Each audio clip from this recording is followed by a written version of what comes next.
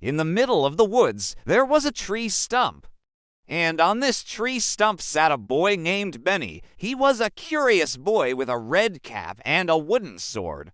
One day, Benny was sitting on the stump and he heard a deep voice say, "Ouch!" He looked around. Who said that? A wise old owl hooted from a nearby branch. The stump said that it doesn't like being sat on. Benny hopped off the stump. "You're right, Mr. Owl. I'm sorry. I didn't know you were alive." "I'm not just alive," the stump said. "I'm a magical old tree. But in the big storm last winter, all my branches got torn off and now I'm stuck like this." All of a sudden, Benny had an idea. "Don't worry, Mr. Tree Stump. We'll throw you a tree party. We'll invite all the forest creatures and they can all sit on your stump so you won't be so lonely." The stump smiled. "That sounds nice." "Thank you, Benny." So Benny ran off as fast as he could to tell all the forest animals about the tree party. He told a family of deer, a hopping squirrel, and even a grumpy badger. Then he sat on the stump to wait for everyone. Soon the other kids came too, and they all sat in a circle around the stump. Then Benny shouted, "Here we go! Ho, ho, hip, hip, hooray! We're gonna have a tree party, woo!" The animals all cheered, and some even had instruments. A little bluebird played the flute, a brown squirrel thumped his foot to the beat, and a bushy-tailed raccoon played a little drum. All the animals danced around the stump, but after a while the music stopped.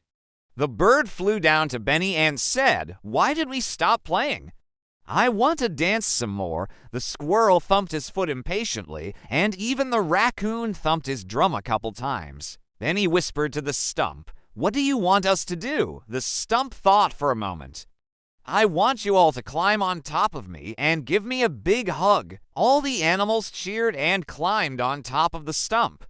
There were deer with their spotted tails in the air, squirrels with their bushy tails, even a raccoon with his ringtail. Benny climbed up on the stump and gave it a big hug, and all the animals joined in. They all squeezed tight and shouted, "We love you, Mr. Tree Stump. We love you." And in the middle of the hug, something magical happened. The stump glowed with a beautiful green light, and then a tiny new leaf sprouted from the top of the stump.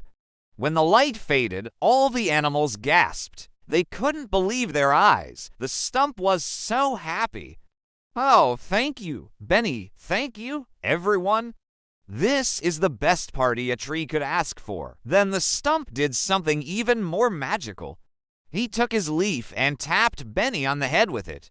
"Here you go, Benny. This is for you." Then the leaf flew off the stump and landed in Benny's hand. When he looked at it closely, he saw that it was a wooden whistle. Then he put the whistle to his mouth and blew. Toot, toot. In answer, the bluebird flew down from the trees and landed on Benny's shoulder. Toot, toot. The squirrel scurried over and sat on Benny's knee. Toot, toot. And even the raccoon ambled over and wagged its tail. Toot, toot. All the forest animals came to play with Benny because he had invited them with his magical whistle.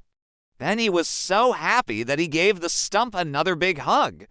And that's why, to this day, if you walk in the woods and hear a friendly whistle, you should follow the sound because you might get the chance to have a magical tree party, too.